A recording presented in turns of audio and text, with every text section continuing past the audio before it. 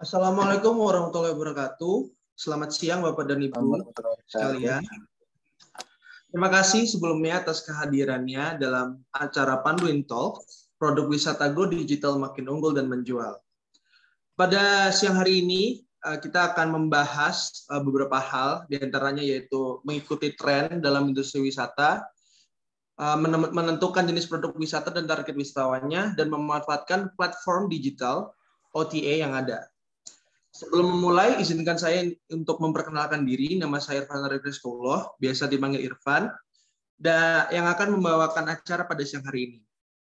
Dan sekali lagi, saya ingin mengucapkan terima kasih kepada para hadirin, dan tentunya selamat datang kepada para narasumber kita. Untuk hari ini kita dihadiri oleh dua narasumber, yaitu yang pertama ada Om Boim dan juga Mas Rian, yang nanti kita akan berkenalan satu-satu.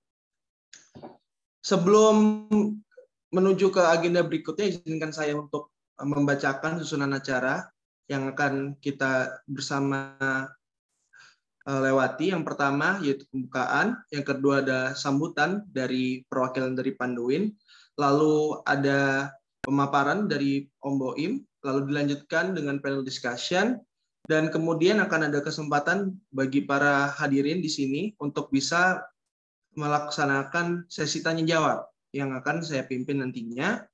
Lalu akan ada penarikan kesimpulan, dan terakhir sebagai dokumentasi akan ada foto bersama dan peserta penutupannya. Sebelumnya saya ingin mengingatkan kepada Bapak Ibu yang hadir untuk menonaktifkan atau mute mikrofon dengan cara klik tombol mic di sebelah kiri bawah di aplikasi Zoom masing-masing, dan juga rename display name masing-masing dengan nama strip domisili. Bapak Ibu sekalian akan diberikan kesempatan bertanya pada sesi tanya jawab.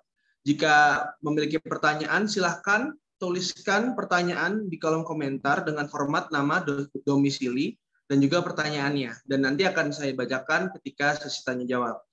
Dan Bapak Ibu sekalian juga bisa untuk menanyakan langsung dengan menggunakan fitur raise hand yang ada di Zoom meeting ini. Sebelum kita masuk ke pembuka acara, saya ingin mengajak Bapak Ibu sekalian untuk follow Instagram dari Panduin, @panduin.id, untuk mendapat informasi terbaru terkait berwisata ke desa wisata. Mungkin dari sekian dulu untuk pembukaan dari Panduin Talk ini. Untuk memulai agenda pada hari ini, saya akan mengundang dari perwakilan Panduin, yaitu Kak Sri Utami Ayuningrum selaku Operation Lead Panduin, untuk bergabung dengan kita semua dan memberikan sambutannya untuk acara siang hari ini. Kepada Kak Tami, waktu dan tempatnya dipersilahkan.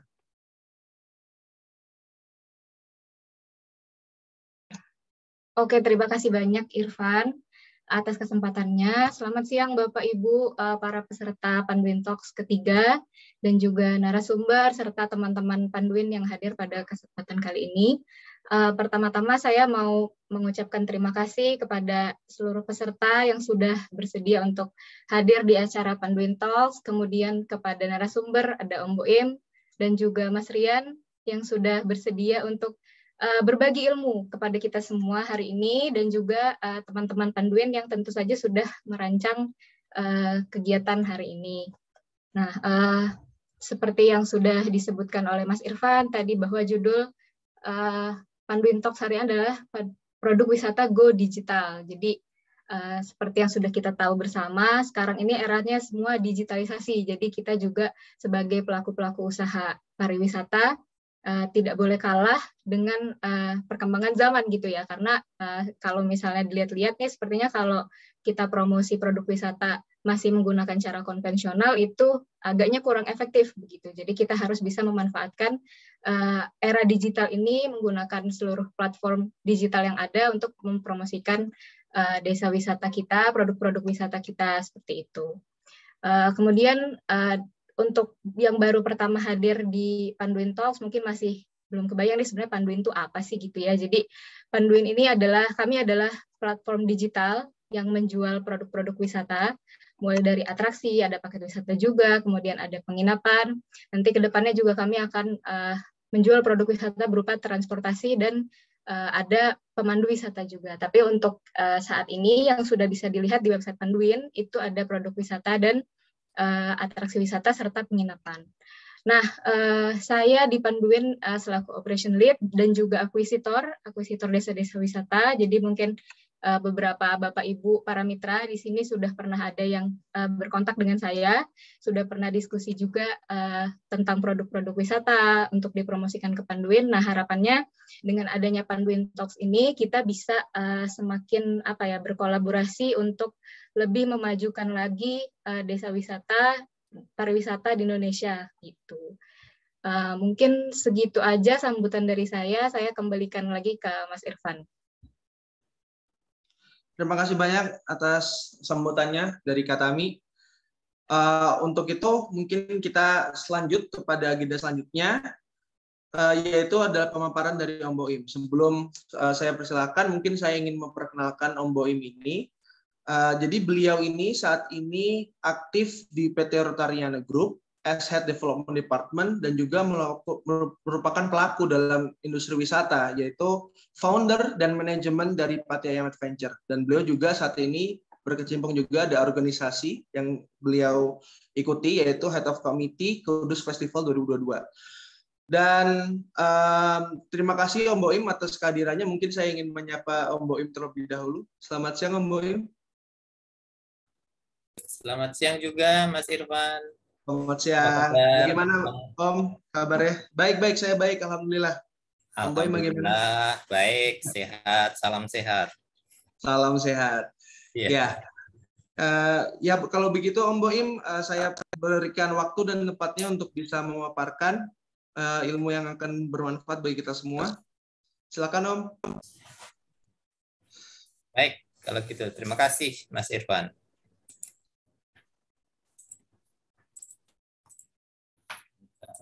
Sebentar.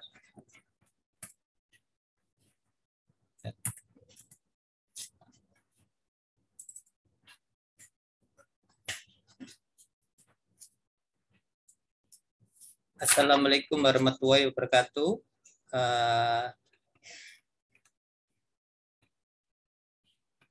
Halo. Terdengar Om? Ya, saya sudah bisa share screen bisa ya? Ya, seharusnya sudah bisa. Share screen. Saya coba mau share screen. Sangat.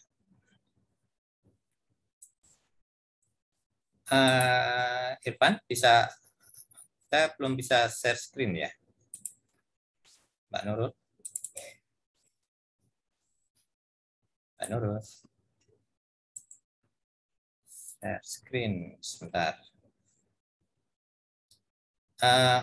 Mas Irfan, saya belum bisa share screen ya. Untuk saat ini belum terlihat Pak untuk share screen-nya. Ya, belum bisa. Oh itu ya. Oh ya, sudah Pak. Oke.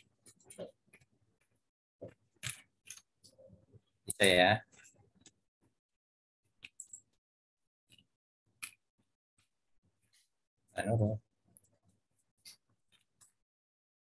Bentar. Bentar sambil diinin ya.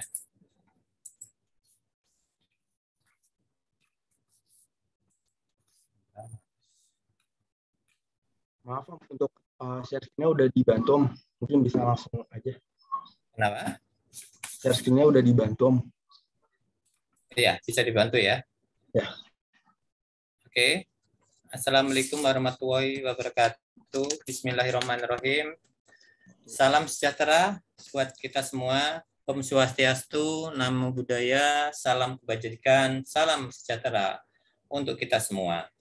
Terima kasih ke Panduin dan rekan-rekan semua yang diwakilin sama Mbak Tami. Ada terima kasih juga untuk Mas Irfan sebagai Marketing Communication Management CPT Internasional. Terima kasih atas waktunya. Terima kasih kepada semua peserta yang bergabung dalam Panduin Talk pada siang hari ini. Nama saya Himawan. Saya sebagai owner, founder, dan manajemen dari Pati Ayam Adventure. Saya lahir di Kudus 21 April 1975. Dari SD sampai SMA saya ada di Kudus, kuliah di Jogja, selesai baru saya ke Jakarta. Begitu sedikit yang bisa saya berikan. Sekarang ini selain saya memanage Pati Venture, saya juga masih bekerja di perhotelan. Nah, di dalamnya ada sekitar 15 perusahaan yang ada di dalamnya. Saya bergerak di bidang development department untuk menyiapkan semua infrastruktur maupun kebutuhan yang ada di perusahaan itu. Begitu. Next.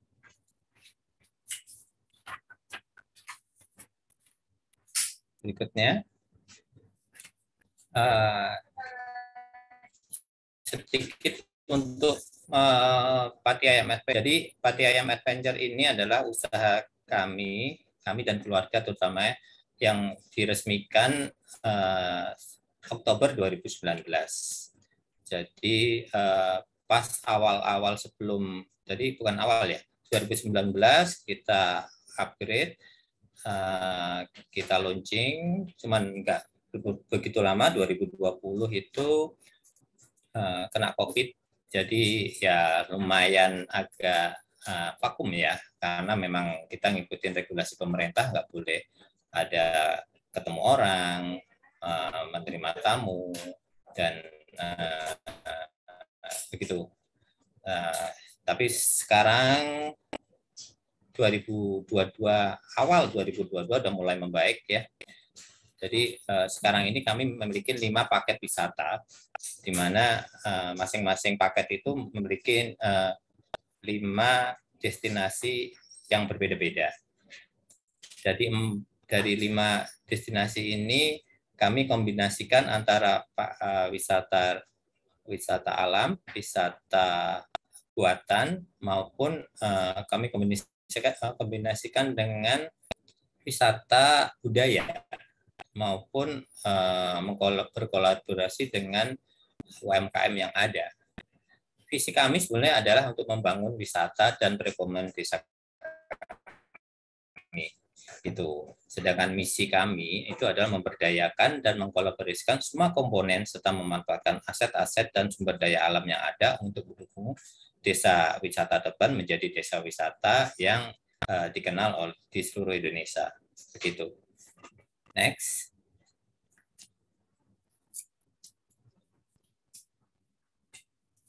Next, berikutnya.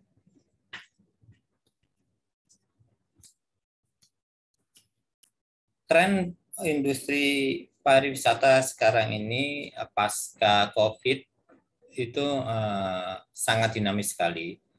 Terus mengalami pergeseran dari waktu ke waktu menyesuaikan dengan kondisi yang ada, di mana pasca COVID mereka, artinya customer ini berusaha untuk bisa healing, istilahnya orang healing kemana yang wisata-wisata menurut dia bisa memenuhi keinginan mereka. Untuk itu para pelaku usaha mesti harus pandai-pandai untuk membaca tren pariwisata yang ada untuk sekarang ini. Diperlukan inovasi, kreativitas, maupun menciptakan produk-produk wisata unggulan yang memang dibutuhkan pasca COVID yang sekarang ini. Next. Bagaimana sekarang kita melihat perlu kita inovasi, bagaimana kita membuat produk wisata yang kita perlukan. Pastinya satu, tentu kita tentukan jenis produk wisata apa yang kita dibutuhkan. Ada wisata alam, ada wisata budaya, ada wisata kuliner. Sebetulnya berikutnya adalah target wisata. Target wisata juga ada beberapa, dari mulai anak-anak maupun kelas ekonomi yang ada, dari menengah, bawah, menengah maupun atas. Itu juga mesti harus sebagai pelaku wisata harus bisa pandai-pandai untuk menyesuaikan, melihat peluang yang ada untuk bisa menciptakan paket wisata yang memang layak dan memang laku di pasaran. Seperti itu. Next. Adapun komponen-komponen pariwisata yang diperlukan untuk suatu daerah untuk siap menjadi desa wisata itu ada 5. Secara umum ada 5 komponen pariwisata. 5A yang perlu diperhatikan dalam membuat desa wisata atau tempat wisata itu pertama adalah attraction, jadi daya tarik wisata. Kedua adalah aksesibilitas atau kemudahan tamu-tamu kita untuk bisa mengakses tempat itu. Berikutnya adalah amenities, ada segala fasilitas yang menunjang kegiatan, baik penginapan, toilet, musola, itu mesti harus ada untuk bisa membuat tamu-tamu kita itu merasa nyaman. Berikutnya adalah ancillary service atau pelayanan fasilitas. Maksudnya layanan dan fasilitas umum yang mendukung, seperti ATM, kantor pos, atau tempat-tempat lain yang memang fasilitas umum memang dibutuhkan oleh tamu-tamu kita yang kita bawa untuk menikmati wisata yang ada. Berikutnya adalah aktivitas pendukung di sini adalah kegiatan yang dilakukan, harus ada aktivitas pendukung yang diperlukan untuk tamu-tamu itu merasa nyaman. Jadi kegiatan oleh wisatawan selama melakukan kunjungan di daerah tersebut. Jadi itu harus ada. Jadi 5 pilar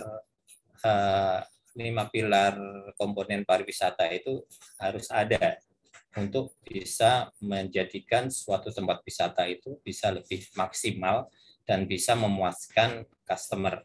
Seperti itu. Next.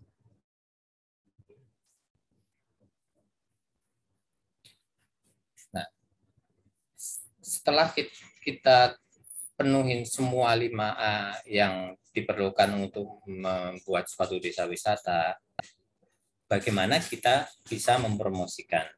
Jadi di era digital ini, promosi wisata sudah tidak bisa dipromosikan secara manual, artian dari mulut ke mulut. Tapi kita harus menggunakan teknologi digital, di mana informasi apapun bisa kita berikan dengan akses yang lebih luas. Jadi kalau kita hanya ketemu sama satu orang, satu desa, atau satu kota, hanya orang-orang kota itu. Tapi kalau kita menggunakan teknologi digital, informasi yang kita kasih itu bisa meluas, bisa sampai ke seluruh Indonesia maupun bisa sampai dunia. Untuk itu sangat penting para pelaku wisata itu untuk bisa mengakses teknologi digital, baik promosinya, baik kerjasama dengan online travel agent, maupun dengan memanfaatkan Instagram atau media sosial yang ada. Beberapa keuntungan jika mempromosikan produk wisata, diantaranya satu, bahwa tidak dipungut biaya apapun kalau kita bekerja sama dengan online travel agent. Yang kedua, kemudahan untuk mendapatkan wisatawan. Ketiga, produk dan jasa yang ditawarkan oleh pelaku usaha dipasarkan akan lebih luas. Dan yang keempat adalah layanan bantuan 24 jam dari pelaku online travel agent itu sendiri. Itu. Next.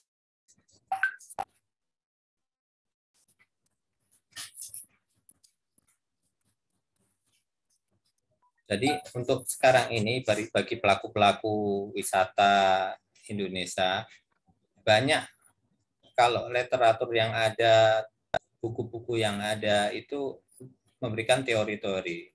Tapi menurut kami, kurangin teori, perbanyak praktek. Banyak teori tapi tidak dijalankan, kan kurang efektif dibanding satu ide bagus tapi kita bisa jalankan.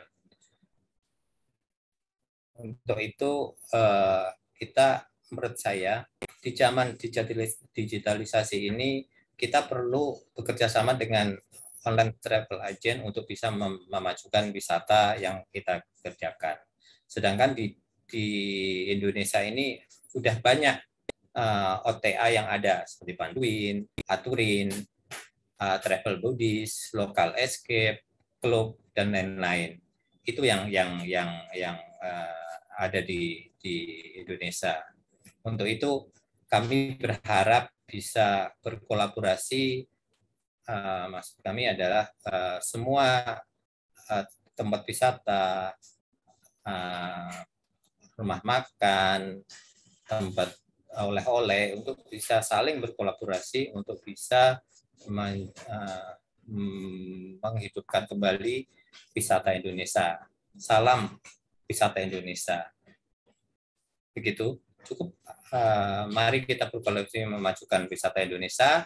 Salam pariwisata dari Pati Ayam Adventure. Terima kasih. Terima kasih banyak Om Boim atas sharingnya.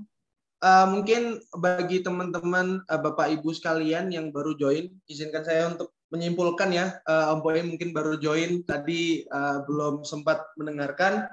Jadi tadi Om Boim sudah memperkenalkan soal Pati Ayam Adventure, di mana sudah berdiri dari 2019.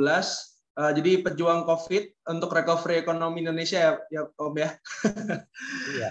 Lalu beliau juga menyampaikan untuk menemukan tren itu ada satu kata tadi yang catchy banget.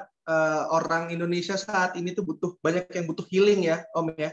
Jadi intinya menentukan tren itu harus cari apa yang dibutuhkan gitu ya, apa yang dibutuhkan oleh memang pasarnya gitu ya dari manusia-manusia yang ada di Indonesia ini. Lalu tadi juga menyentuh tentang cara membuat produk wisata, kita harus tentukan jenisnya, lalu kita tentukan targetnya, lalu di komponen pariwisata itu ada 5A tadi, ada attraction, accessibility, amenities, ancillary service, activity. Jadi memang end-to-end ya Om ya, harus semuanya kita sediakan dari apa yang memang dibuat selfie sampai apa yang mereka lakukan di sana, aktivitasnya begitu ya. Lalu tadi untuk key talking points-nya pastinya untuk cara promosi ya, cara promosi dari untuk teman-teman yang memang berkecimpung di dunia pariwisata itu harus mempergunakan digital technology, di mana salah satunya OTA ya, online travel agent, di mana salah satunya juga Panduin merupakan service provider di bidang pariwisata, di mana manfaatnya karena ini gratis, terus dapatkan customer, produk dan jasanya luas, dan juga aktif 24/7. Dan tadi Om Boim menutup dengan jangan banyak teori kalau berbisnis ya, Om ya, banyakin prakteknya. Nah, gitu kira-kira. Oke, terima kasih banyak Om Boim. Ini ilmu sangat bermanfaat sekali buat saya dan juga Bapak Ibu sekalian yang ada di sini. Saya percaya. Namun sebelum kita masuk ke sesi selanjutnya, izinkan kami dari teman-teman Panduin untuk mendemonstrasikan website mitra terbaru kami. Disilakan kepada para tim untuk bisa deliver.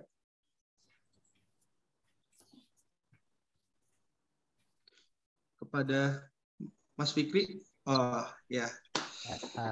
Selamat siang Bapak Ibu sekalian, apa saya terdengar? Terdengar, Mas Fikri. Oke, jadi sejalan dengan apa yang telah disampaikan oleh Pak Himawan atau Om Boim tadi, dari Panduin sendiri juga telah menyediakan sebuah platform yang dikhususkan kepada pelaku usaha. Saya izin share screen. Nah, platform tersebut disebut website Mitra Panduin. Kenapa disebut website Mitra Panduin? Website ini merupakan platform yang dikhususkan kepada pelaku usaha untuk mempermudah proses bisnisnya. Nah, website ini diperuntukkan kepada Mitra Panduin untuk dapat melakukan manajemen produk dan manajemen pesanan. Jadi di sini pelaku usaha bisa melakukan mengubah-ubah produknya sesuai dengan kebutuhan, mengubah harga, serta manajemen pesanan itu bisa mengonfirmasi pesanan, lalu mengganti harga sesuai dengan kebutuhan wisatawan, seperti itu. Nah, website Mitra ini siapa aja sih yang bisa bergabung? Ya, di ruang bumdes. Nah, website Mitra ini diperuntukkan kepada Mitra Panduin dengan produk wisata seperti atraksi, lalu penginapan seperti hotel, villa, atau homestay. Lalu ada juga mitra dengan produk wisata transportasi, misalnya rental mobil atau rental motor dan sebagainya. Lalu teman-teman yang merupakan pemandu wisata. Nah, mereka semua ini bisa bergabung dengan mudah ke website Mitra Panduin. Nah, kenapa sih harus menggunakan website Mitra Panduin ini? Pertama, prosesnya itu yang praktis, di mana Bapak Ibu sekalian tinggal registrasi. Ketika sudah registrasi, bisa langsung melakukan tambah produk. Tambah produk ini, produknya nanti akan ditampilkan di website customer Panduin. Lalu yang kedua, Bapak Ibu juga bebas menentukan harga. Harga yang akan diterima oleh Bapak Ibu sekalian, serta Bapak Ibu juga dapat mendeskripsikan produk-produk Bapak Ibu sesuka hati, sesuai kebutuhan. Yang ketiga, memberikan kemudahan bagi wisatawan. Produk-produk Bapak Ibu tentu dapat ditemukan dengan mudah di website Customer Panduin. Lalu wisatawan juga dapat dengan mudah memesan, dan dari Bapak Ibu pelaku usaha, teman-teman pelaku usaha juga dapat dengan mudah mengonfirmasi pesan tersebut, sehingga tidak ada lagi masalah seperti wisatawan yang datang terlebih dahulu tanpa diketahui oleh Bapak Ibu pelaku usaha. Jadi pesanan tersebut tentu harus dikonfirmasi terlebih dahulu oleh pelaku usaha sekalian. Dan yang terakhir, pelunasan yang cepat. Dari kami, karena sistemnya itu wisatawan akan membayar terlebih dahulu, sehingga kami sendiri akan melunasi kepada Bapak Ibu sekalian dengan cepat. Setelah kegiatan selesai akan langsung dilunasi oleh Panduin. Nah, fitur apa aja sih yang terdapat di website Mitra Panduin ini? Pertama ada manajemen data diri, yang kedua manajemen produk, dan yang terakhir manajemen pesanan. Mungkin kita langsung ke demo produknya aja. Bisa dibantu share screen, Mas Afi.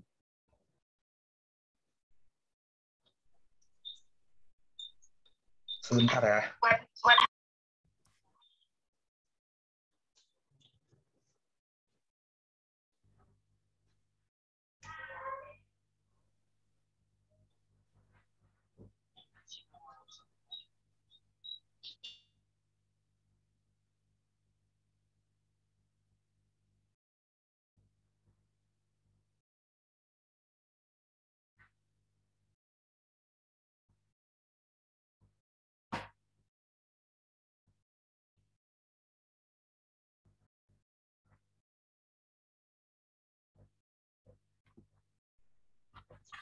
Jadi sambil menunggu, untuk website Mitra ini kalau disamakan dengan marketplace itu, misalnya kita sebut Tokopedia, itu adalah seperti platform sellernya Tokopedia, seperti itu. Nah, ini untuk website Mitra Panduin. Lanjut. Website Mitra Panduin adalah website yang ditujukan khusus untuk mitra dan calon mitra agar dapat melakukan pendaftaran, registrasi, memasukkan produk, mengonfirmasi pesanan secara mandiri. Ini yang sudah saya sebutkan tadi, bisa dilanjut. Nah, gimana sih cara bergabungnya menjadi Mitra Panduin? Lanjut. Pertama, bisa dibuka untuk websitenya, mungkin bisa dibantu teman-teman panitia di kolom chat. Jadi buka di www.mitra.panduin.com, lalu bisa klik daftar mitra. Lanjut. Setelah itu tinggal mengisi data diri. Data dirinya hanya nama lengkap, jenis kelamin, nomor handphone, email, serta password untuk akun di website Mitra. Lalu tinggal klik daftar Mitra, maka akun otomatis terbuat. Lanjut. Nah, ini untuk halaman utamanya. Di sini karena belum melakukan tambah produk wisata belum ada, jadi bisa langsung ke untuk profil terlebih dahulu untuk melengkapi data dirinya. Profil, next. Nah, di sini Bapak Ibu bisa untuk melengkapi data diri, lanjut.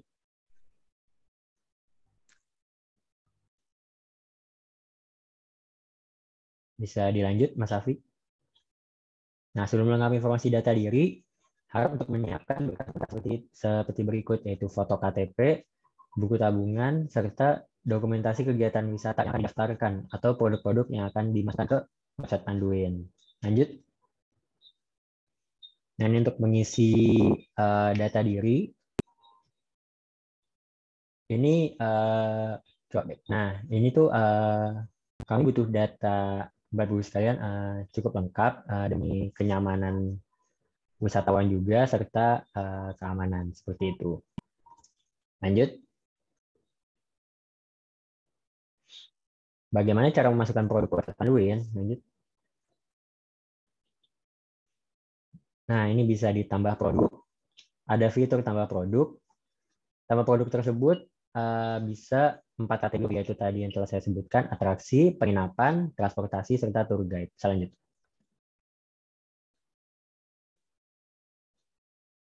Next. Next lagi.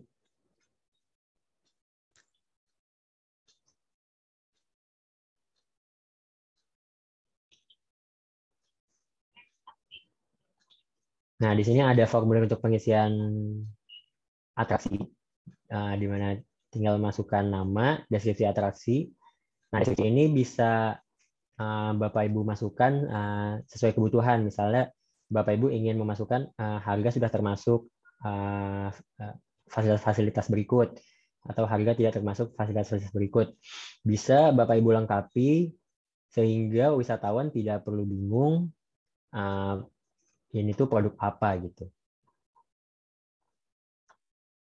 Lanjut. Nah, ini untuk format pengisian yang kami sarankan untuk deskripsi atraksinya. Lanjut. Lanjut lagi.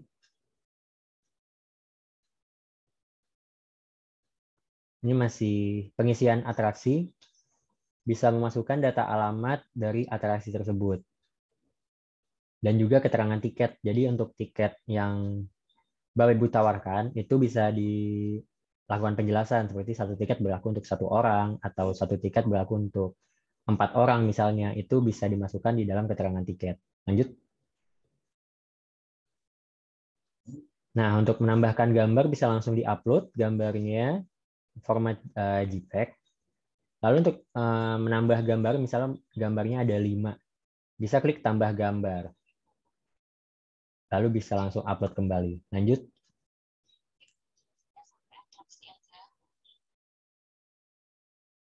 Nah, ini untuk penambahan jadwal untuk atraksi tersebut. Lanjut. Lanjut. Nah, produk yang sudah dimasukkan atau sudah ditambah di website mitra akan muncul seperti ini, dan statusnya itu sedang direview. Jadi kondisinya produk tersebut sedang direview oleh admin Panduin yang nantinya akan langsung dipublikasikan ke website customer. Lanjut. Nah, ini untuk menambah produk paket wisata, jadi Bapak Ibu juga dapat memaketkan produk-produk milik Bapak Ibu. Misalnya Bapak Ibu memiliki atraksi, penginapan, dan transportasi sekaligus bisa langsung ditambahkan di produk paket wisata.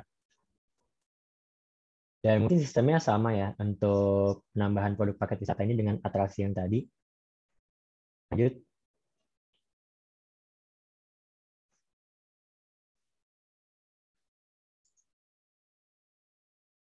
Ini untuk paket wisata ada pilihannya ditambah produk. Lanjut. Kurang lebih sama untuk formulir pengisiannya.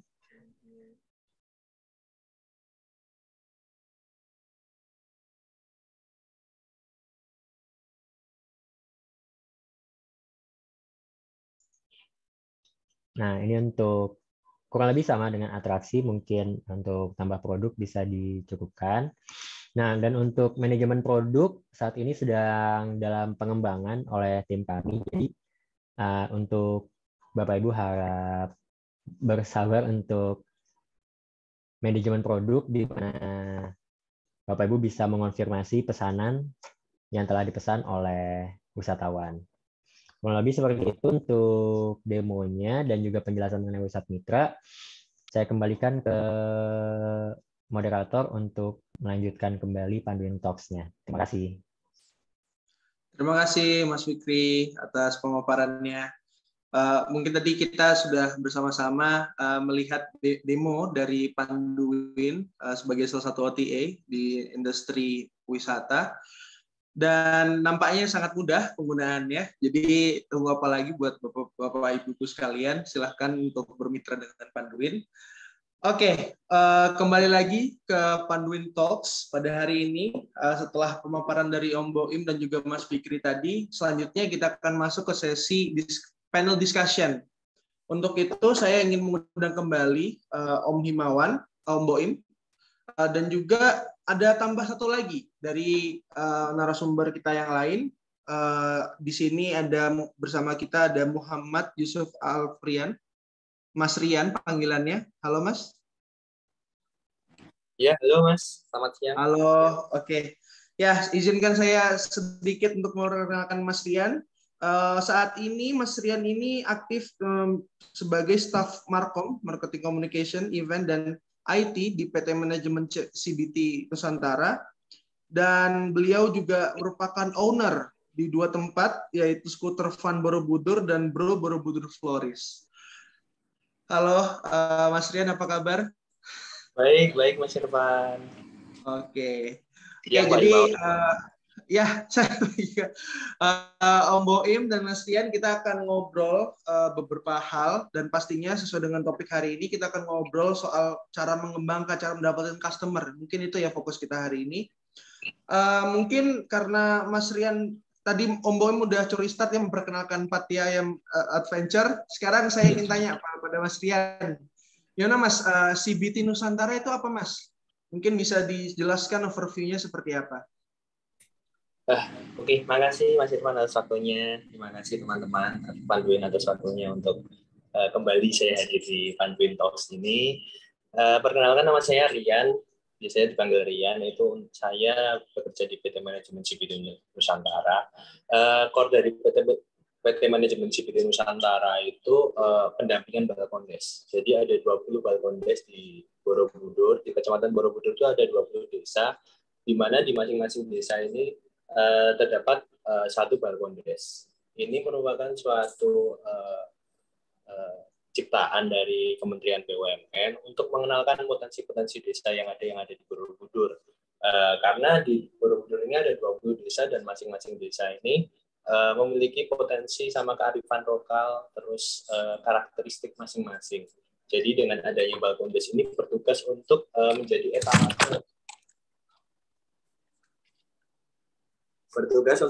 etalase desa untuk mengenalkan potensi-potensi desa yang ada. Jadi tugasnya kita ini untuk mengembangkan SDM sama sumber daya manusianya, sumber daya manusia terus potensi desanya nanti kita kembangkan. Setelah kita kembangkan, kita akan bantu untuk bagaimana caranya untuk potensi-potensi ini dijual atau layak menuju ranah ke pariwisata. Seperti itu sih kurang lebih. Oke. Nah, karena kita sudah kenal ya sama Pattaya Ayam dan CBT, mungkin saya ingin tanya untuk dari masing-masing di sini Om Boim dan Mas Rian, cara mendatangkan itu strateginya, cara mendatangkan customer kepada desa masing-masing itu kira-kira strateginya kayak apa, Mas? Awalnya tuh planningnya seperti apa? Mungkin dari Om Boim mungkin? Jadi kalau pengalaman saya gimana Pattaya Ayam itu bisa dapat customer, pastinya adalah kami mengadakan promosi, baik membuat flyer, membuat banner, dan pastinya adalah menggunakan sosial media untuk bisa mempromosikan secara luas tentang produk-produk kami. Salah satunya yang sangat berpengaruh dan efektif menurut saya selaku pelaksana Pattaya Ayam Adventure adalah teknologi Instagram. Kebanyakan hampir 80% tamu-tamu kami adalah tamu dari Instagram dan panduin.com pastinya. Jadi kami mengarahkan mereka untuk bisa pesan paket itu melalui panduin.com, di mana kami memang berharap bisa cashless ya, jadi tamu semua bisa bayar full ke Panduin, sehingga pertama pemasukan bisa terdata, lebih aman. Jadi karena uang pelaku-pelaku artian staf kami tidak menerima uang cash karena semuanya sudah dibayarkan ke sana. Begitu. Yang kedua, selain secara digital, kami juga melakukan promosi secara offline.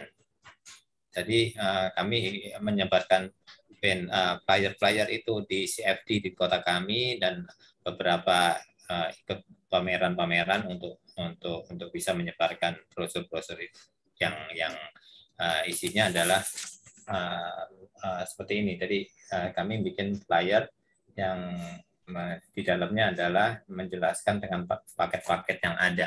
Gitu. Jadi seperti ini yang kami lakukan. Nah, di sini bisa ada tertulis bisa pesan lewat Panduin.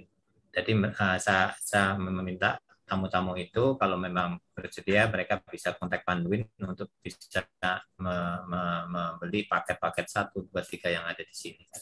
Sementara itu, jadi menurut kami pemasaran digital itu sangat penting bagi saya ya, karena bisa mendatangkan tamu yang dari luar kota ke kota kami. Itu yang pengalaman yang saya bisa berikan kepada teman-teman. Begitu, Mas Irfan. Oke, Om Boim. Mungkin tadi saya ingin menyentuh sedikit untuk ya loh, tes. Ya, tadi saya menyentuh sedikit soal yang offline flyer dan berbagai macam itu. Untuk Om Boim sendiri itu menyebarkannya ke kemana aja tuh, Om? Kalau mungkin bisa di-clarify. Kalau kami ini untuk offline-nya, flyer yang ada ini saya bekerja sama dengan beberapa hotel untuk bisa kita titipin flyer ini dan kita taruh banner di tempat mereka. Kayak di hotel di Kudus itu kita taruh flyer seperti ini, dan kebetulan di beberapa kota atau khususnya Kudus itu tiap hari Minggu itu ada CFD ya. CFD, Car Free Day gitu. Jadi kami kerjasama dengan Pemda untuk bisa buat stand atau untuk menyebarkan flyer-flyer yang kami buat. Karena walaupun mungkin satu kota itu ternyata nggak semuanya orang tahu teknologi dan tahu informasi. Jadi kita jalanin dua strategi, online dan offline yang kami lakukan. Oke, jelas. Oke, mungkin kita bergeser ke Mas Rian. Bagaimana Mas kalau dari CBT? Ya, setuju sih saya sama Pak Boim, karena sekarang kondisinya emang untuk sosial media yang paling tren itu adalah Instagram. Makanya Balkondes juga memaksimalkan potensi dari Instagram ini untuk memaksimalkan potensi-potensi atau konten-konten atau produk wisata yang kita miliki. Contohnya seperti Instagram aja, beberapa fitur yang kita bisa maksimalkan itu seperti Instastory, di mana kita bisa posting nih setiap hari untuk mengenalkan atau memberitahu nih existing produk kita itu seperti apa nih setiap harinya. Lalu ketika Instastory ini punya jangka waktu 1 kali 24 jam lalu hilang. Nah, ada fitur lagi di Instagram namanya highlight. Highlight ini akan memberikan fasilitas kepada kita untuk menampilkan hasil Instastory yang kita miliki dan tidak hilang. Nah, ini kita buat kalau bisa dilihat di Balkondes Official ini, highlight kita berisi 20 Balkondes yang kita miliki. Ambience-nya, terus kayak restonya, homestay-nya. Jadi wisatawan itu atau masyarakat itu terinformasikan nih bahwa Balkondes ini ternyata ada 20 Balkondes dan masing-masing Balkondes itu punya bangunan yang berbeda, terus potensi desa yang berbeda, karakteristik yang berbeda, terus tempat wisata yang berbeda. Nah, ini akan memberikan informasi lebih nih untuk kawan-kawan atau masyarakat di luar. Lalu jadi kita juga sistem promosinya di Instagram juga lumayan. Jadi kita gunakan fasilitas Instagram Ads ini untuk melihat untuk memaksimalkan produk-produk yang kita miliki. Jadi ketika kita mengeluarkan Instagram Ad ini, produk-produk ini mana produk yang maksimal ketika kita promosikan, terus kita boosting lagi untuk kita kenalkan lagi, kita bisa melihat performanya di Instagram Ads, di Instagram Insight seperti itu. Untuk sekarang Borobudur ini memang kondisinya belum bisa dinaikin untuk Candi Borobudurnya. Jadi salah satu berkah bagi kami adalah masyarakat sekitar ini jadi ikut andil dalam pariwisata di Borobudur, di mana ketika wahana-wahana di Borobudur itu semakin menyebar di desa-desa, kita malah bisa memaksimalkan potensi-potensi yang dimiliki di masing-masing desa. Seperti itu sih, Mas. Oke, untuk Mas Rian sendiri juga menggunakan metode online travel agent juga nggak? Offline. Masuk ke online-nya, selain sosial media. Saya agak kelupaan nih. Ketika mungkin kalau berbicara dengan kendala, masyarakat di Borobudur, mohon maaf, masih belum terlalu familiar dengan teknologi atau memaksimalkan potensi yang ada. Makanya kita sangat terbantukan setelah bertemu Mas Raffi nih, Panduin, ada kemarin ada Mas Daud juga, sekarang sama Mbak Tami, ini kita jadi dimudahkan untuk mengenalkan potensi-potensi desa atau produk-produk yang kita miliki. Jadi masyarakat cuma sudah tinggal nunggu callingan nih, nunggu pesanan dari pihak Pandoin. Nanti teman-teman tinggal melaksanakan apa yang sudah mereka laksanakan seperti biasanya. Jadi mereka mendapat shortcut ketika ada Panduin, mereka termudahkan. Jadi tidak kesulitan untuk mencari tamu, kesulitan untuk menggunakan sosial media, walaupun di Balkonde sendiri mereka juga masih kita latih untuk memaksimalkan potensi media sosial, terutama Instagram itu. Tapi dengan adanya Panduin, kita sangat terbantu nih untuk teman-teman ini bisa dikenalkan potensi-potensi desa dan produk-produk khas Borobudur itu sendiri melalui Panduin. Seperti itu, Mas. Oke, dimengerti. Mungkin saya ingin bertanya kepada Om Boim ya, mungkin ya. Jadi kan tadi Om Boim juga cerita juga pengguna OTA termasuk Panduin juga ya. Mungkin apa sih yang perlu diperhatikan gitu ketika kita mempromosikan produk-produk dan jasa kita di OTA gitu. Apa aja sih yang perlu diperhatikan untuk pelaku usaha gitu untuk bisa memaksimalkan hasilnya? Kalau menurut saya yang harus diperhatikan adalah satu, paket yang kita bikin itu harus menarik pastinya. Jadi jangan bikin paket cuma satu atau dua, bikin beberapa sehingga tamu itu bisa punya keleluasaan untuk memilih. Contoh, jadi kalau kami ada satu paket, ada paket ceria, di mana itu adalah paket yang paling favorit ya, di mana tamu bisa punya keleluasan untuk bisa foto-foto jadul, mereka dapat naik jeep adventure, mengelilingi spot-spot kayak museum, terus mereka dalam perjalanan ke arah itu mereka bisa melihat pemandangan, bisa naik punya pengalaman untuk bisa nyetir istilahnya Bapak, mengendarai speedboat sendiri, sehingga mereka itu merasa sesuatu yang berbeda ya gitu, dimana itu nggak semua tempat memperbolehkan tamu itu mengendarai speed maupun mobil off-road itu. Pastinya juga dengan bantuan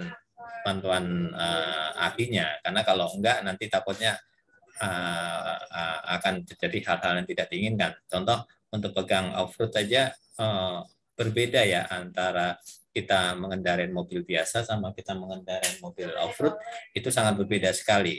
Karena off-road itu sendiri goncangannya akan berbeda karena jalan yang kita lalui adalah jalan-jalan yang memang terjal ya. Jadi batu-batu ini siap untuk setir itu untuk goyang gitu. Jadi itu yang harus diwaspadain. Sedangkan kalau di jalan biasa itu kan lurus, tadi ya santai aja. Sedangkan kalau seandainya off-road itu kan kena batu besar atau lubang, jadi mesti harus terbiasa pastinya itu.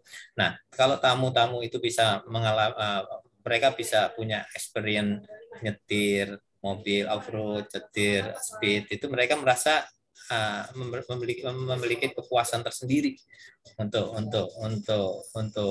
mereka merasa, oh saya pernah pengalamannya seperti ini. Jadi itu akan menjadi memori tersendiri bagi para wisatawan dan tamu-tamu kami seperti itu. Oke. Siap. Oke, mungkin saya bergeser ke Mas Rian. Mungkin karena Mas Rian ini markom ya, jadi ahli konten harus ya. Jadi Om Boim dan juga Mas Rian tadi setuju ya soal Instagram gitu ya, soal Instagram, sosial media ini yang paling penting. Kira-kira Mas Rian, mungkin dari customer insight-nya itu tuh konten apa sih yang memang eye appealing gitu ya di sisi customer gitu. Jadi mungkin kita sama-sama bisa belajar kira-kira apa yang harus kita posting, apa yang harus kita put up gitu. Gimana Mas Rian? Oke. Jadi menurut saya sih pertama kita untuk membuat konten itu jangan takut-takut dulu. Takut jelek, takut nggak ada viewernya, takut like-nya sedikit. Jangan. Itu dihilangin dulu sih untuk pemikiran seperti itu. Karena kita kan punya produk nih. Kita punya produk ini gimana caranya kita kenalin ke masyarakat. Salah satunya kita punya fasilitas ini, punya Panduin, punya sosial media yang bisa kita manfaatkan nih untuk mengenalkan potensi yang kita miliki. Lalu konten-konten apa sih yang menarik? Jadi kalau di Borobudur ini tadi aku setuju sama Mas Boim terkait konten yang menarik. Jadi seperti konten yang menarik, terus paket yang menarik. Hal ini akan menjadi daya tarik juga untuk masyarakat datang. Terus ditambah dengan apakah paket-paket yang kita punya ini worth it atau enggak sih untuk didatangin, untuk dinikmatin. Jadi salah dua ini jadi parameter bagi kami nih untuk membuat suatu paket-paket di Borobudur. Alhamdulillahnya di Borobudur ini banyak UMKM atau potensi-potensi desa yang memberikan destinasi secara gratis. Jadi di kawasan Borobudur ini menjadi kawasan yang menjadi ekosistem simbiosis mutualisme. Jadi setiap pelaku wisata ini akan memberikan dampak secara positif bagi masyarakat maupun pegiat pariwisata yang lain. Contohnya di trip VW kita ada VW Safari dan Jeep Tour. Nah, ini VW Safari ini dengan harga sekian, tamu ini akan diantar untuk berkeliling desa Borobudur dan mengunjungi mulai dari 2 sampai 4 UMKM yang ada di Borobudur. Nah, paket-paket ini dengan harga yang sangat murah ini memberikan fasilitas yang sangat mewah kepada tamu-tamu wisatawan ini, sehingga mereka dengan mudahnya untuk datang dan menikmati potensi-potensi yang ada di Borobudur. Contohnya edukasi gula Jawa, lalu edukasi jamur, terus ada edukasi madu. Hal ini bisa dimaksimalkan. Untuk mengenai potensi lalu dan konten-konten ini, biasanya untuk sekarang kita menambahkan paket-paket wisata dan kendaraan wisata itu ditambah dengan dokumentasi. Kita menambah dokumentasi dan biasanya dokumentasi ini cuma menambah sekitar 100 sampai 150 ribu dengan konten yang bisa dilihat sendiri di balkontes_official di IG kita ini. Kebanyakan tamu kepingin meninggalkan kesan nih bahwa di Borobudur ini kita punya kenangan nih berupa video. Nah, kita maksimalkan potensi-potensi itu untuk melengkapi produk-produk wisata yang kita miliki. Itu aja sih, Mas. Oke. Terima Saya kasih Mas setuju Rian. dengan Mas Duto. Ya. Oke, Jadi Pak. Mungkin ada apa yang mau namanya mereka kamu tahu. Jadi gini, saya mau nambahin sedikit ya. Jadi saya setuju dengan Mas Yusuf bahwa tamu ini pengen memberikan kesan, memberikan berupa video, foto-foto yang menarik. Dan kebanyakan mereka tuh mereka minta video ya, baik terlepas itu pakai drone maupun enggak. Jadi mereka bisa diberikan berapa menit itu compile beberapa foto, video maupun drone. Jadi bisa kita share ke mereka. Mereka bisa taruh di Instagramnya, bisa taruh di YouTube-nya atau apa. Jadi menjadi sesuatu kenang-kenangan bagi mereka kan gitu. Jadi ini kita naik speed, kita naik jeep, ada drone di atasnya.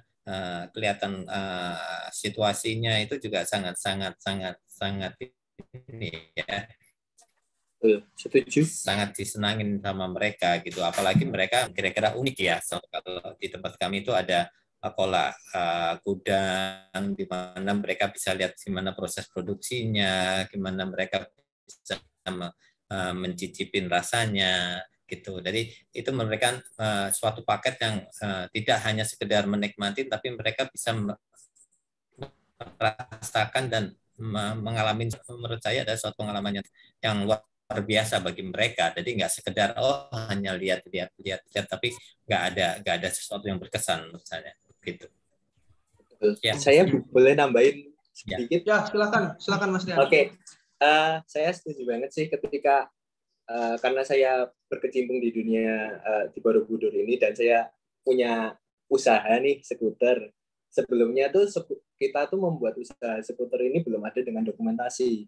Kita lihat ketika di lapangan mereka tuh kesulitan pertama untuk mengendarai skuter di wilayah Borobudur karena mereka nggak tahu nih arah-arah jalannya. Kedua, mereka kesulitan ketika naikin skuter itu untuk membuat dokumentasi.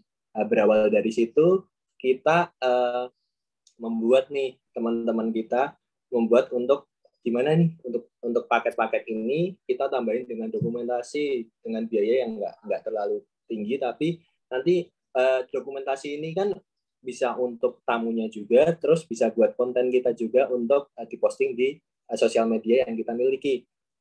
Berlanjut sampai sekarang, sehingga untuk dokumentasi ini beralih ke kendaraan wisata lainnya seperti VW, terus Jeep. Nggak perlu harus dengan kamera-kamera yang bagus, harus kamera yang proper, tapi kita berawal dari kamera HP aja. Untuk di Borobudur ini sudah merambah banyak sih untuk aktivitas dokumentasi menggunakan HP karena memang basicnya kita community based tourism berbasis komunitas, jadi kita mengembangkan potensi-potensi masyarakat anak-anak mudanya untuk memaksimalkan potensi yang mereka miliki dengan berkonten. Mereka dapat penghasilan lebih dan bisa mengembangkan potensi dan mengenalkan potensi-potensi yang ada di Borobudur. Sejauh ini pengembangannya di Borobudur seperti itu. Oke. Sangat jelas Om Bam dan Mas Rian. Mungkin saya ingin mengingatkan kepada para hadirin, Bapak Ibu sekalian, apabila ingin bertanya silakan tinggalkan pertanyaan di kolom komentar ya, kolom chat box. Nanti tim Panduin akan rekap dan akan kami tanyakan kepada para narasumber. Oke, mungkin saya ingin agak pindah topik sedikit. Mungkin untuk Mas Rian terlebih dahulu kali ya. Karena tadi Mas Rian bilang ada 20 desa yang berbeda gitu ya. Mungkin tadi juga sempat disampaikan oleh Om Boim bahwa kita ketika usaha kita milih gitu kan, apa alam, kuliner atau budaya gitu. Nah, kira-kira nih Mas Rian, kira-kira kalau di kawasan Mas Rian ini apa sih yang biasanya wisatawan tuh cari gitu? Yang paling banyak gitu.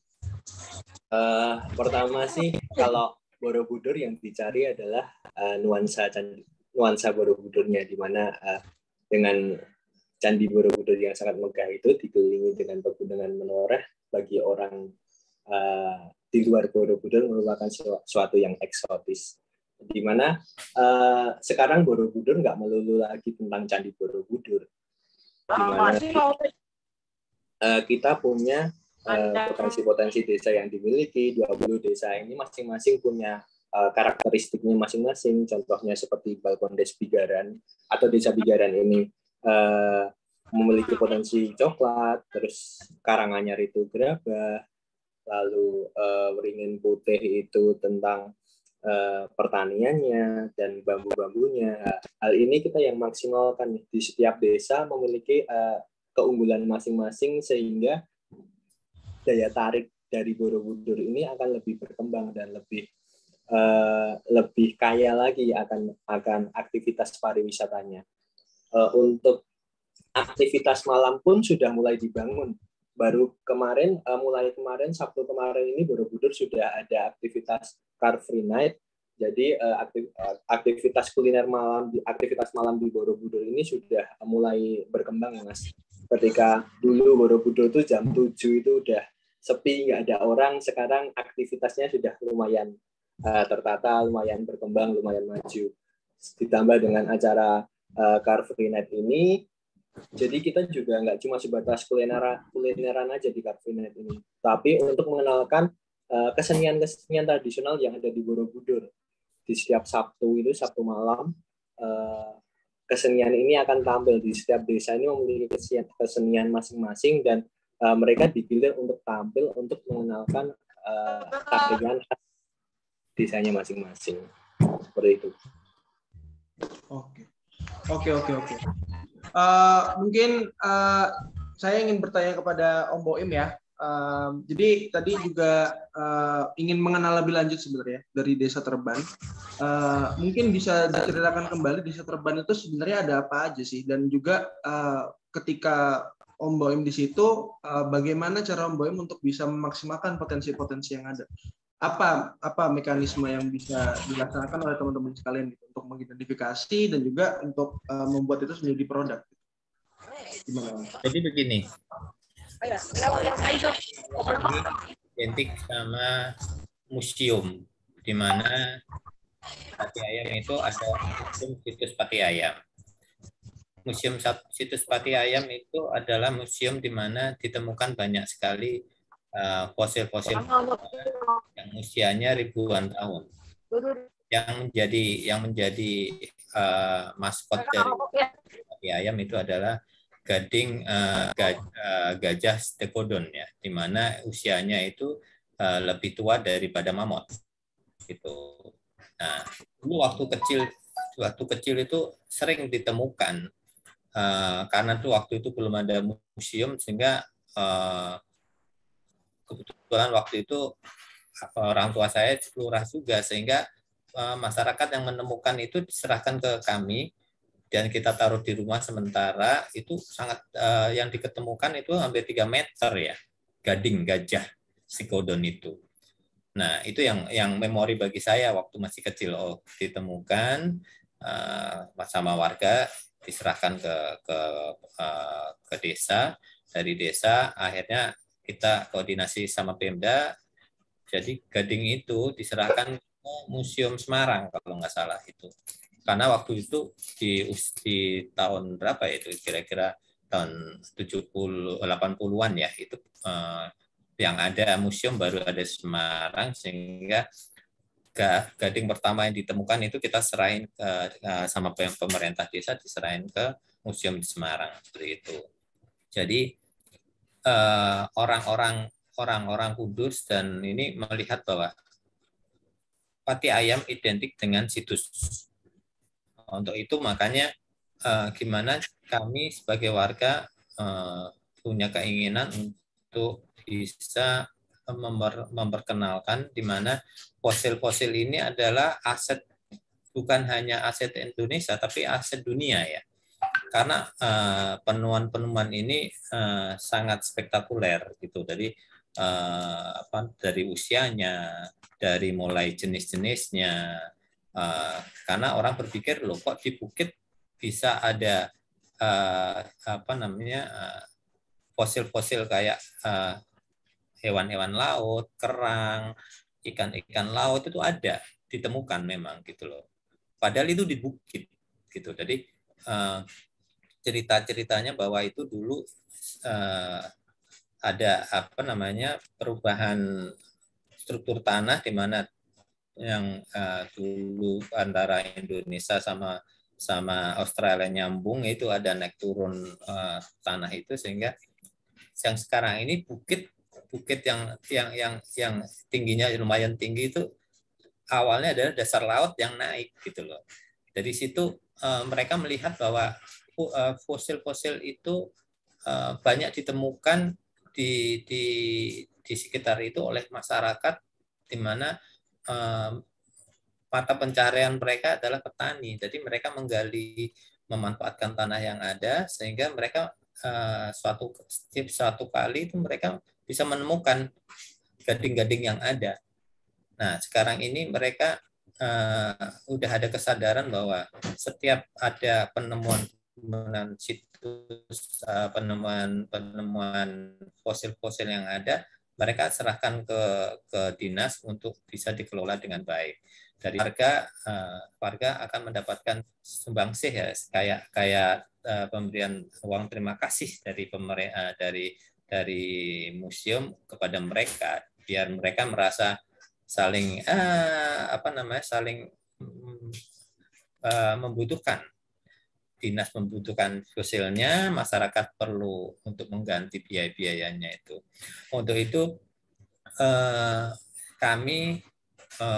saya khususnya punya ide gimana kalau seandainya kita bikin suatu paket, tidak hanya orang ke museum, tapi kita kolaborasi dari wisata-wisata yang ada, mulai dari rumah jadul, ada gua Jepang juga ada, kayak Sendang, ada air terjunnya juga ada.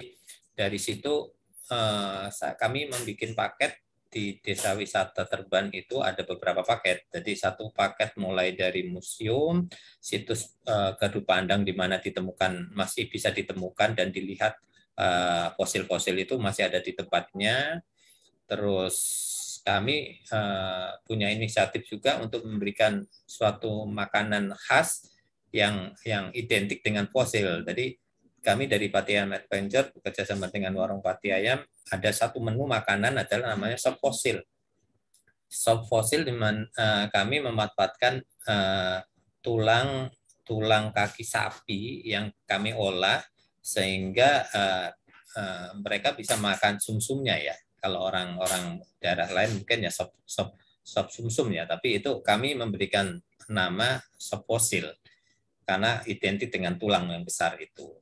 Selain itu juga karena tamu kalau datang ke suatu tempat itu pasti kan perlu makanan, perlu minuman, makanya suatu tempat itu harus ada tadi akomodasi yang pas ya, karena mereka perlu untuk mengisi perut mereka.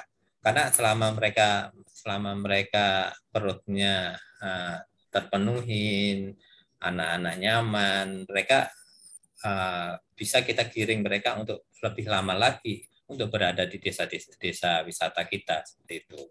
Selain itu juga kami sudah mulai berkolaborasi dengan beberapa desa yang lain, mengkombinasikan paket wisata dari Desa Terban sendiri dengan desa-desa lain.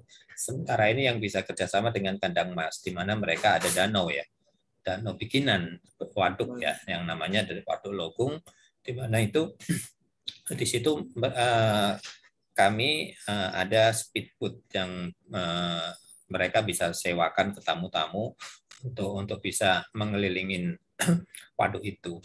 Jadi dari beberapa item yang ada dari beberapa desa ini kita kombinasikan menjadi satu paket untuk kolaborasi dari wisata alamnya, penemuannya, dan beberapa UMKM yang bisa untuk dikoordinasikan gitu.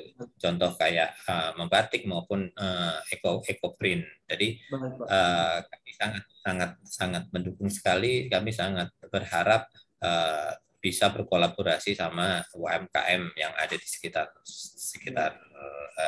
desa-desa kami. Seperti itu. Baik, Pak. Sangat menarik ya, Pak ya. Memang harus ada harus ada memang inti dari wisatanya itu apa gitu, yang memang menjadi main talking points-nya gitu ya. Oke, mungkin kita akan geser kepada sesi selanjutnya, yaitu tanya jawab dari partisipan. Di sini udah ada beberapa yang sudah drop di chat box, tapi juga udah ada yang raise hand. Mungkin saya dahulukan dulu yang raise hand karena udah dari tadi. Saya undang Pak Amir dari Karangrejo untuk bisa langsung on mic. Ya, silakan Pak. Ya, selamat siang, Mas. Selamat siang, ya. Pak. Ya, saya perkenalkan, saya Muhammad Amir dari Desa Wisata Karangrejo, Borobudur, Magelang. Ini kan kita dari sesi Panduin Talk ini, saya ingin menanyakan kepada Pak Himawan Nur Thorik. Ya, pada jenengan. Kan gini, ketika kita sudah punya konsep dan juga target market untuk menentukan dari paket wisata yang kita buat, sedangkan semuanya sudah kita siapkan, kita punya beberapa paket wisata seperti itu. Nah, ketika kita pengen menjual kepada customer, dalam hal ini adalah tamu, kemudian juga kepada pemilik atau business owner berupa IO, kemudian TO atau TA dan lain-lain. Bagaimana cara kita menentukan harga dari kedua pasar kita ini? Jadi kan itu kan ada konsep B2B dan B2C. Ketika kita business to customer itu kan beda, harus beda sama business to business. Nah, bagaimana cara kita menentukan harga paket yang mau kita jual, Pak? Terima kasih. Oke, terima kasih Pak Mir. Mungkin langsung mau dijawab sama Pak Om Boim. Oh, jadi begini. Itu kalau kita menentukan harga untuk customer maupun untuk agen itu memang harus berbeda ya. Karena kalau customer berarti kan harga publish, sedang untuk agen atau apa itu berarti kan gimana paket kita bisa dibantu pemasarannya oleh biro-biro tersebut. Pastinya dengan kesepakatan apakah by persentase atau by apa. Itu biasanya kalau di Bali setahu saya itu mereka kalau usaha yang baru itu mereka memberikan persentase besar antara 10 sampai 17% dengan asumsi ya untuk promosi dulu. Ya. Nah, tapi setelah berjalannya waktu mereka akan mengurangin kalau udah mulai tamu kurang itu range-nya antara 7 sampai 12% biasanya itu. Sampai 12%. Tapi biasanya kalau biasanya mereka berani itu untuk memberikan persentase. Nah, itu balik lagi dengan hitungannya. Karena untuk bikin satu paket kan akan hitung pastinya transportasinya berapa, budget apa namanya harga pokoknya berapa sih gitu loh, kayak apakah itu termasuk makan, apa termasuk transportasinya, dan itu harus dihitung kan gitu loh. Nah, kalau kira-kira menurut yang bagian itu masih masuk ya oke gitu, karena bagian dari promosi itu sangat penting gitu menurut saya. Gitu, ya. Nah, ketika kan tadi berarti persennya 10-17 untuk agen. Berarti untuk customer berapa, Pak? Kalau customer gini, kalau customer itu kan dari harga press list kita itu harus dilihat dulu high season apa enggak. Akan kita lihat kita punya budget berapa. Kalau kita tentuin harga 500.000 untuk satu paket chip contoh ya. Nah, dari ini apakah lagi sepi atau enggak kita harus sesuaikan. Kalau seandainya mungkin lagi oke, kita bisa 50.000 sampai 75.000. Anggap aja itu mengurangin dari profit kan berarti kan di situ. Benar. Betul. Jadi pengurangan ini yang tahu dari pihak pemilik wahana tersebut. Karena hitung-hitungan yang tahu detail kan mereka. Contoh, kalau seandainya kita bikin paket seperti yang saya lakukan adalah paket ceria. Kalau paket ceria itu berarti yang harus dihitung adalah biaya bensin chip, terus biaya sewa speedboat, berikutnya adalah makan, berikutnya driver kita hitung juga, terus biaya untuk tiket masuk maupun biaya oleh-oleh. Kalau kami biasanya paket kami kita sisipin sekitar 10 sampai 15.000 untuk oleh mereka.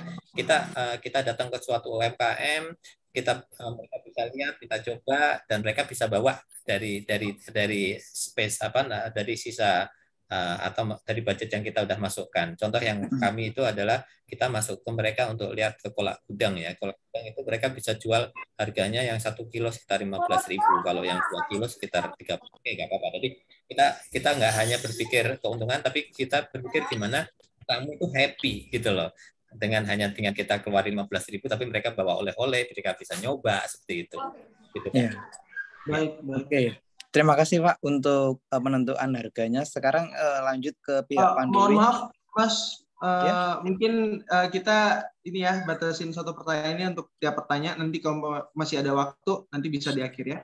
Oke. Soalnya juga ada beberapa orang yang nanya. Oke. Mohon maaf ya, Mas Amir. Ya. Oke. Selanjutnya ini ada yang bertanya lewat chat box. Ini untuk Mas Rian dari Hari dari Bogor. Selamat siang, mohon izin bertanya Mas Rian terkait dengan promosi paket wisata dengan sosmed. Mana yang lebih efektif antara organic, ads, collab dengan influencer? Kira-kira mana yang paling efektif? Dan butuh berapa lama sih setelah kita promosi lewat sosial media berdampak kepada kunjungan wisatawan terhadap destinasi wisata yang kita miliki? Oke. Silakan Mas Rian. Ya, menurut saya untuk menambah kayak lalu influencer itu mungkin setelah kita sudah berkonsisten untuk membuat konten. Ketika sudah konsisten, nanti untuk viewersnya ini bakalan growth dengan sendirinya. Kita juga akan bisa menseleksi nih konten-konten mana yang sekiranya menarik untuk wisatawan. Contohnya di kita ada paket balkon trip menggunakan VW Safari. Ini balkon trip VW Safari ini kita membuat kontennya berupa trip wisata, di mana trip wisata ini kunjungan ke 2 potensi desa atau 2 destinasi wisata, di mana nanti kita akan memberikan beberapa paket di dalamnya untuk kunjungan itu, lalu nanti ada mengendarai VW, terus kita bundling dengan dokumentasi, di mana dokumentasi ini kita isinya yaitu aktivitas wisata di potensi desanya. Contohnya membuat batik. Nanti kita akan membuat kontennya berupa wisatawannya sedang membuat batik, lalu membuat gerabah. Nah, di mana di Borobudur ini ada satu spot foto baru bernama Tuk Songo, di mana di lapangan Tuk Songo ini memiliki background pegunungan Menoreh. Nah, ini yang kita expose sehingga kita bisa mengenalkan nih Borobudur ternyata tuh memiliki alam yang sangat bagus. Terus nanti kita akan memberikan surprise, biasanya di paket itu kita sudah tambahin ekstra balon helium itu atau smoke bomb. Nah, ini merupakan salah satu properti kami untuk bisa memberikan gimmick nih, aktivitas wisata tamu-tamu ini akan lebih fun, di mana videonya nanti lebih menarik, ada smoke bomb-nya. Terus nanti biasanya kita memberikan saran ketika berkendara menggunakan VW itu menggunakan pakaian yang sama, ketika difoto akan lebih maksimal. Setelah konten itu kita buat, konten ini kita akan blasting biasanya kita maksimalkan di setiap, pertama sih untuk saya di pengalaman saya di Balkon Base ini, biasanya saya posting itu seminggu 3 kali, di mana kita memaksimalkan Reels. Aplikasi Reels ini lebih maksimal untuk menangkap viewers yang ada di Instagram. Setelah kita udah sekitar 1 bulan sampai 2 bulan itu kita udah tahu nih konten-konten mana nih yang bisa kita maksimalkan atau kita boost menggunakan Instagram Ads atau influencer yang lain. Biasanya ketika sudah berjalan 1 sampai 2 bulan atau sampai 3 bulan, nanti kita akan memaksimalkan menggunakan Instagram Ads sama influencer. Kadang biasanya kita berikan jangka waktu, di mana pertama nih influencer di minggu pertama. Setelah selesai mereka posting, lalu kita baru lanjutkan ke Instagram Ads untuk mengenalkan paket yang kita punya. Jadi dengan influencer ini kita memberikan informasi kepada wisatawan bahwa di Borobudur ini aktivitasnya ini. Setelah selesai, baru kita boosting dengan promo paket yang kita punya melalui flyer feed di Instagram. Seperti itu, ditambah dengan ads. Kurang lebih seperti itu cara Bagondes Official untuk memaksimalkan postingan konten yang ada. Oke, Mas Rian, well received. Mungkin kepada tadi Mas Hari mungkin udah menjawab ya Mas ya. Mungkin ini saya ingin mengundang dari perwakilan Panduin karena ada beberapa pertanyaan yang mungkin bisa dijawab langsung dari teman-teman Panduin. Silakan perwakilannya mungkin dari Mas Fikri atau Mbak Tami. Iya, dari saya, Van. Oke, ada Mbak Tami ya. Oke, jadi ada beberapa pertanyaan nih Mbak untuk Panduin. Jadi yang pertama, bagaimana ini dari Nofri dari Desa Salindo, bagaimana dengan bagi hasil produk wisata atau paket kami yang dimasukkan ke dalam aplikasi Panduin? Oke, ini ada berapa pertanyaan ini, Van? Satu-satu ya berarti ya?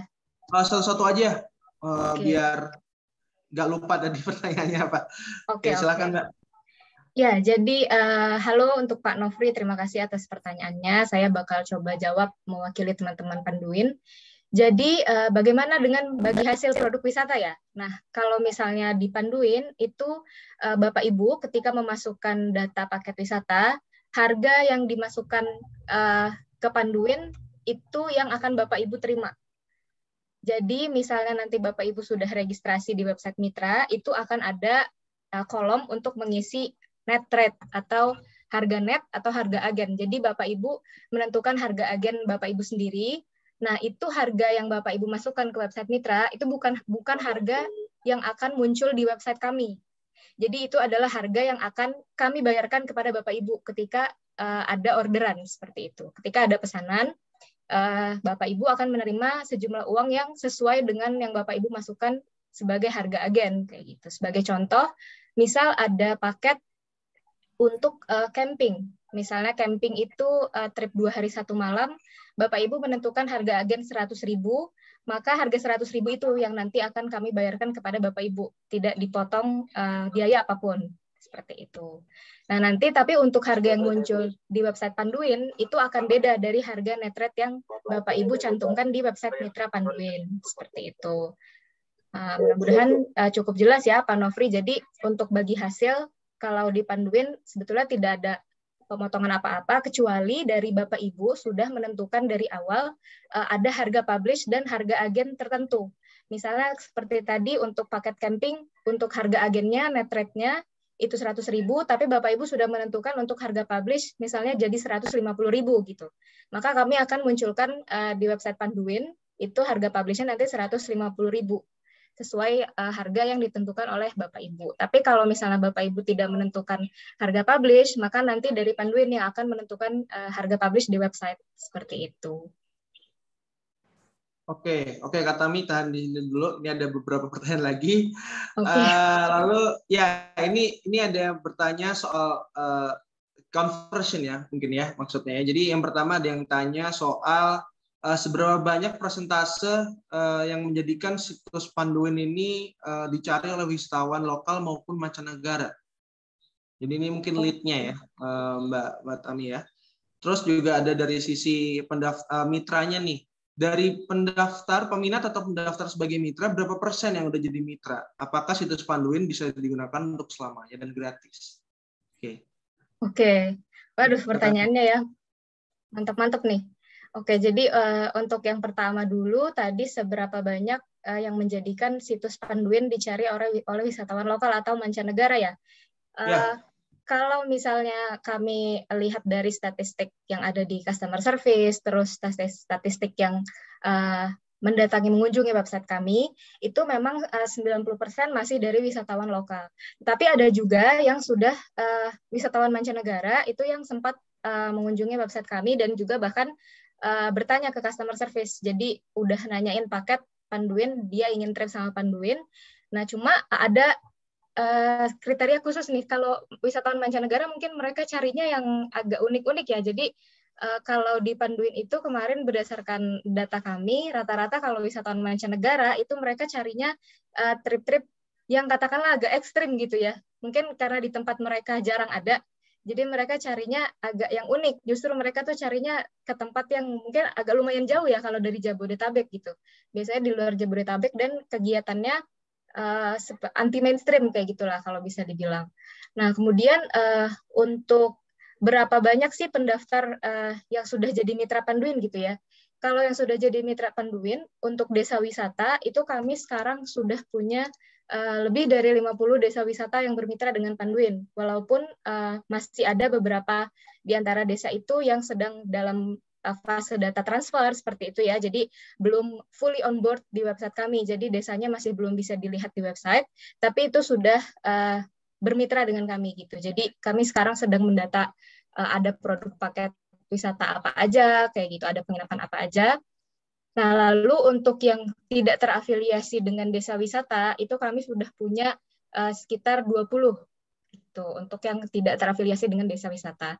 Itu macam-macam bentuknya. Kalau yang tidak terafiliasi itu ada yang dia jual produk wisata, ada yang berupa transportasi, ada yang berupa penginapan, kayak gitu.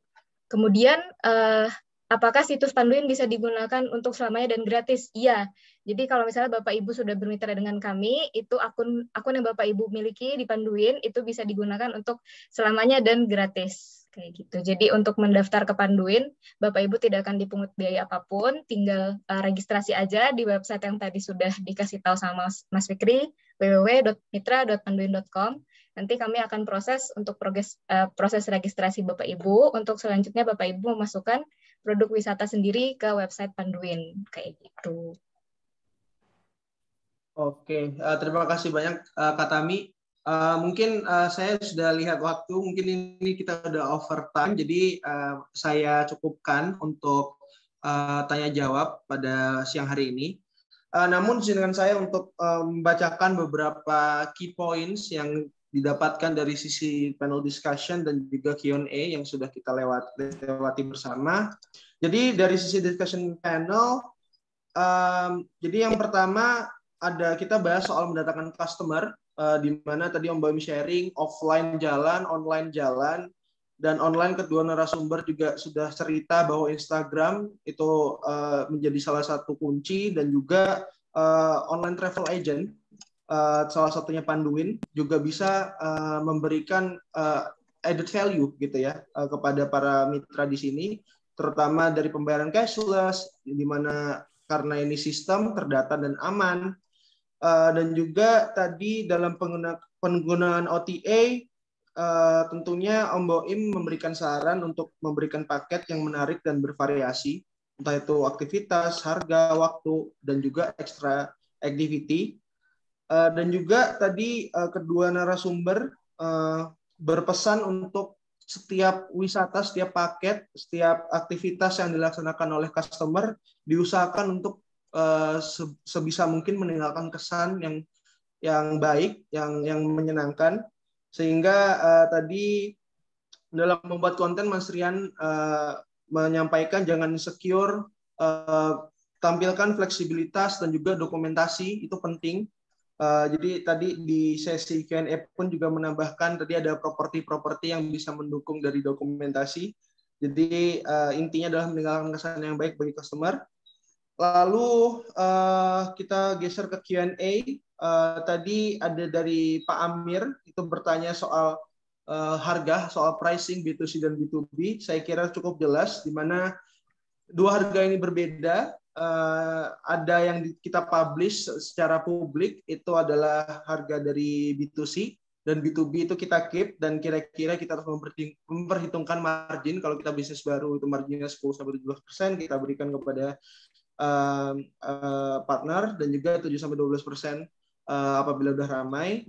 Lalu tadi Mas Ren juga ditanya soal sosmed effectiveness.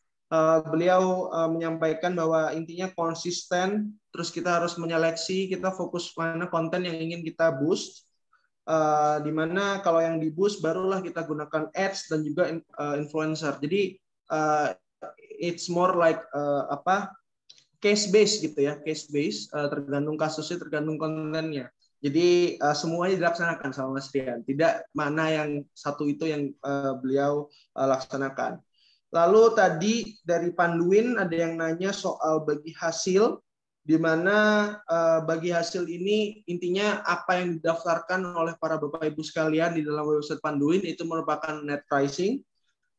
Jadi itulah yang akan didapatkan sebagai penghasilan dari Bapak Ibu sekalian. Lalu tadi soal customer, untuk saat ini Panduin masih 90% wisatawan lokal, namun ada 10% sisanya dari mancanegara yang mencari aktivitas ekstrim dan unik. Begitu. Dan juga tadi untuk mitra, kemitraan, masih banyak yang untuk diproses, dan juga ada 6 desa wisata itu ada 20 mitra, dan juga tentunya yang paling penting, dari panduin.id ini websitenya bisa digunakan selamanya gratis. Oke, mungkin itu yang bisa saya simpulkan sebagai closing juga. Mungkin kita akan mengakhiri dengan dokumentasi. Jadi saya ingin mengundang dari Bapak Ibu sekalian untuk bisa on cam, sehingga kita bisa lihat wajah masing-masing yang hadir pada pagi hari ini. Mungkin ada yang udah kenal. Silakan dari tim mungkin bisa dibantu ya untuk screenshotnya. Mari kita tunggu dari narasumber dan juga dari para hadirin di sini untuk on cam. Bisa dibantu hitung Mas Irfan? Oh ya, siap. Saya hitungan kelima ya, untuk memberikan waktu Bapak Ibu untuk bisa on cam. 5, 4, 3, 2, 1. Oke, untuk tim silakan ambil fotonya dalam hitungan 3, 2, 1. Ditahan. Kedua slide. Second slide. Ya, ada second slide satu lagi.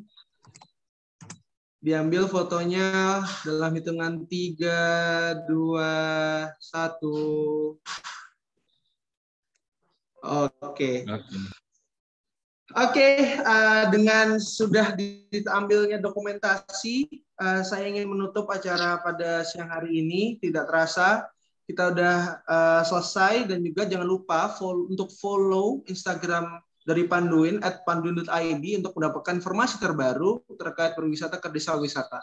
Sekali lagi saya ingin mengucapkan terima kasih besar-besarnya terutama kepada kedua narasumber kami, Om Boim dan Mas Rian, udah bisa menyempatkan waktu dan sharing banyak hal, mulai dari konten dan sebagainya macam.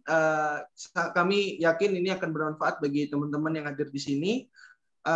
Mohon maaf apabila ada salah kata dalam diri saya dan ketika saya menjadi moderator. Saya Irfan Rizkullah sebagai pembawa acara hari ini pamit undur diri.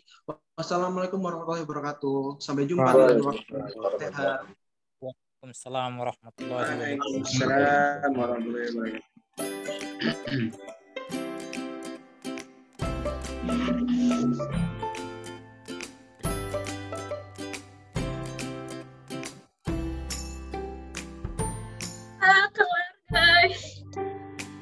Halo, Desa Lebak Muncang, mana suaranya? Terima kasih kepada semua narasumber. Salam kenal, saya Muhammad Amir dari Desa Wisata Arjo Borobudur. Pak Himawan, saya Gilang dari Desa Wisata Kabupaten Bandung.